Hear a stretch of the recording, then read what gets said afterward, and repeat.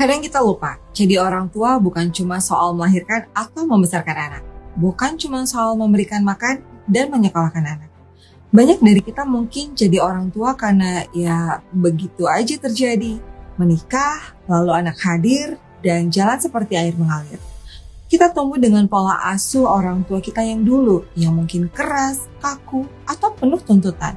Dan sayangnya, tanpa sadar, kita ulangi lagi ke anak-anak kita sekarang. Padahal zaman sudah berubah dan anak-anak sekarang butuh cara yang berbeda. Kalau kita dulu disuruh patuh tanpa banyak tanya, namun sekarang kita harus siap untuk menjawab, menjelaskan, dan memberi ruang untuk anak memahami atas setiap instruksi yang kita berikan kepadanya. Akan banyak muncul pertanyaan kenapa.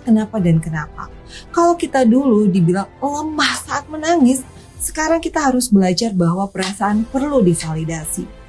Kalau kita hanya jadi orang tua karena kebetulan, bukan karena kesadaran, maka kita mudah merasa lelah, mudah kehilangan arah, dan akhirnya membiarkan anak tumbuh sendiri tanpa bimbingan yang cukup dari kita sebagai orang tuanya.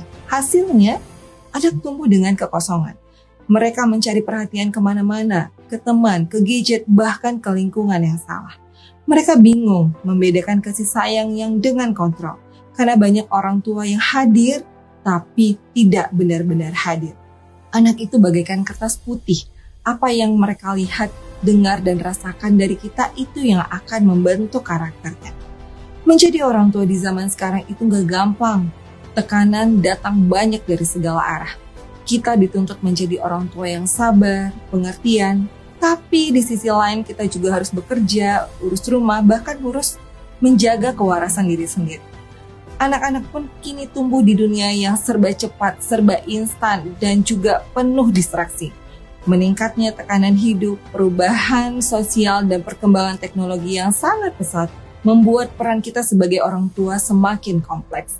Yang lebih mengkhawatirkan adalah meningkatnya kasus kenakalan anak terhadap orang tua.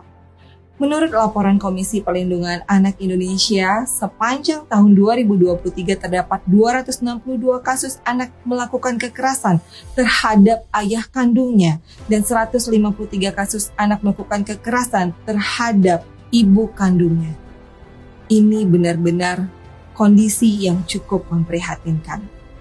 Data ini menunjukkan bahwa adanya peningkatan kekerasan anak pada orang tua dan ini menjadi perhatian serius dalam konteks hubungan antara anak dan orang tua bahwa ada pola asuh yang salah. Misalnya, anak yang dibesarkan tanpa batasan yang jelas cenderung merasa berkuasa atas orang tuanya, sehingga ketika keinginannya tidak terpenuhi, ia bisa melampiaskan kemarahan kepada orang tuanya. Selain itu, kurangnya komunikasi yang efektif antara orang tua dan anak juga menjadi faktor penyebab. Karena ketika anak merasa tidak didengar dan dipahami, mereka akan mencari perhatian dengan cara yang negatif, termasuk melakukan kekerasan verbal ataupun fisik terhadap orang tuanya.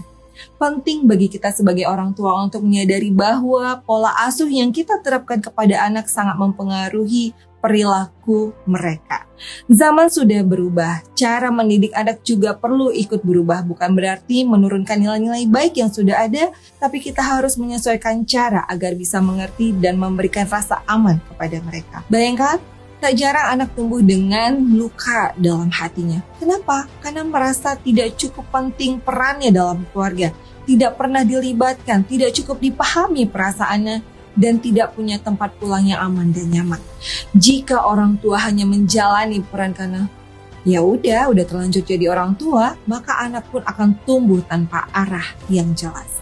Dan ketika di usia remaja atau dewasa nanti, itu bisa muncul sebagai pemberontakan, kecanduan, dan bahkan kekerasan yang bisa dia lakukan untuk dirinya sendiri ataupun ke orang lain. Semua itu kembali kepada kita sebagai orang tua mau memberikan goresan seperti apa pada kertas putih yang akan membentuk karakter mereka. Menjadi orang tua bukan cuma soal mengasuh tapi juga soal menghadapi. Kita menghadapi anak yang hidup di era digital di mana gadget bisa jadi teman setia anak dan akhirnya candu. Dan anak-anak kita tumbuh dalam budaya instan. Semua serba cepat, semua harus dapat dan semua harus dipenuhi. Tak sedikit anak yang tantrum atau marah ketika gadgetnya diambil. Ada pula yang lebih akrab dengan layar daripada orang tuanya sendiri. Lalu ada anak yang terbiasa hidup dengan cukup minta pasti didapat. Mereka tidak tahu bagaimana rasanya berusaha karena orang tua selalu sigap memenuhi apapun yang mereka mau. Tanpa sadar kita membentuk anak-anak yang sulit mandiri, mudah frustasi dan rendah daya juang.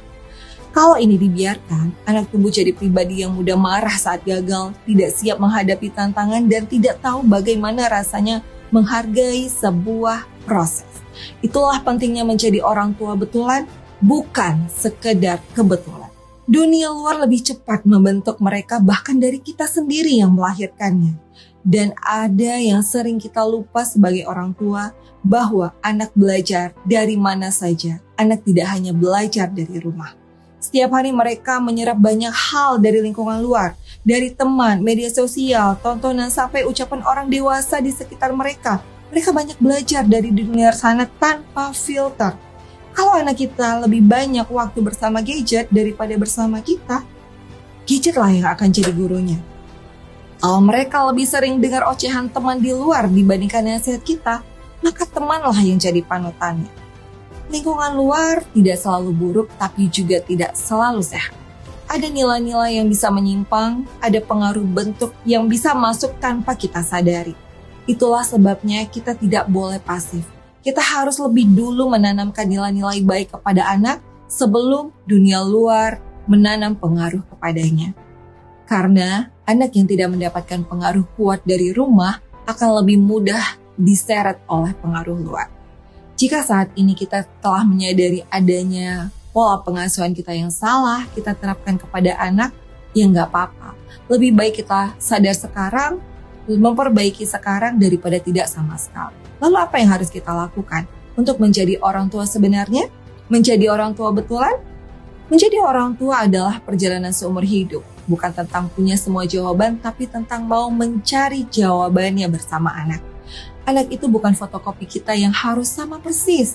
Mereka adalah individu yang unik dengan perasaannya, mimpinya, dan cara berpikirnya yang berbeda. Menjadi orang tua betulan artinya kita mau mendengarkan anak, mau minta maaf kepada anak saat kita salah, mau terus belajar bersama dan mau hadir secara emosional, bukan secara fisik, tetapi hati dan pikiran juga ikut hadir untuk mereka. Saya akan beritahu tahapan yang bisa kita mulai terapkan di rumah untuk memulai fase babak baru menjadi orang tua betulan. Pertama, hadir sebagai tempat yang paling aman dan nyaman bagi anak. Rumah harus jadi ruang yang nyaman untuk bercerita, bukan tempat anak untuk ditakut dimarahi. Kalau anak gak bisa cerita ke kita, nantinya mereka akan cerita ke orang lain yang belum tentu memberi pengaruh baik untuknya.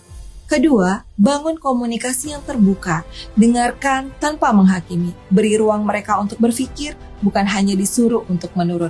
Semakin anak merasa didengar, semakin kecil kemungkinan mereka mencari validasi di luar. Jangan biarkan anak belajar hidup dari gadget dan lingkungan luar tanpa bimbingan kita sebagai orang tuanya. Ketiga, ajari anak nilai-nilai baik sejak dini, yang pasti bukan hanya memberikan kata jangan, tapi kita harus berikan alasan dan pemahamannya. Sebagai orang yang beriman, tentunya nilai-nilai keimanan adalah hal yang paling penting untuk kita ajarkan pada anak di rumah. Ini akan menjadikan fondasi yang kuat pada anak. Ajarkan juga nilai-nilai yang membentuk karakter anak seperti pembatasan penggunaan gadget. Sampaikan pada anak apa baik buruknya gadget untuk mereka. Lebih baik mengganti waktu bermain gadget dengan kegiatan yang lebih edukatif. Ajarkan anak untuk bersabar dan berusaha, bukan hanya memenuhi keinginan, tapi memberi pemahaman apa arti sebuah usaha untuk mendapatkan sesuatu agar ia memahami nikmatnya berproses, bukan instan. Dan masih banyak lagi nilai-nilai adab yang dapat kita tanamkan mulai dari rumah. Keempat, kenali lingkungan anak, teman-temannya, sekolahnya, hobinya, bahkan akun sosial media mereka. Bukan untuk mengontrol, tapi untuk mendampinginya. Dan yang paling penting, kita dulu yang harus jadi contoh. Karena anak belajar lebih banyak dari apa yang mereka lihat, apa yang mereka dengar, daripada apa yang kita katakan. Didiklah anak sesuai fitrahnya. Anak usia 0-7 tahun, didiklah dengan lemah lembut. Anak usia 8-14 tahun adalah usia paling penting dalam tumbuh kembang anak. Maka didiklah dan ajarkan anak akan tanggung jawab. Anak usia 15-21 tahun, jadikanlah kita sebagai sahabat mereka, agar mereka terbuka kepada kita sehingga kita bisa lebih mudah memberikan arahan yang baik untuk mereka. Anak-anak kita nggak bisa kita lindungi selamanya, tapi kalau kita punya fondasi yang kuat dari rumah, mereka akan bisa jaga diri meski di luar sana banyak godaan. Mari jadi orang tua betulan yang hadir, mendampingi, dan memberikan arah. Karena itu tanggung jawab, bukan kebetulan. Anak nggak minta orang tuanya sempurna, tapi mereka butuh orang tua yang tulus, yang mau berproses bareng mereka. Ingat, jadi orang tua bukan status, tapi komitmen. Jangan sampai kita ada, tapi gak benar-benar hadir. Yuk, kita mulai dari hal-hal kecil. Peluk anak lebih sering, dengarkan mereka tanpa menghakimi, dan beri mereka ruang untuk menjadi diri sendiri. Karena anak-anak cuma punya masa kecil sekali, dan kita cuma punya satu kesempatan untuk jadi orang tua mereka. Mari jadi orang tua betulan, bukan sekedar kebetulan.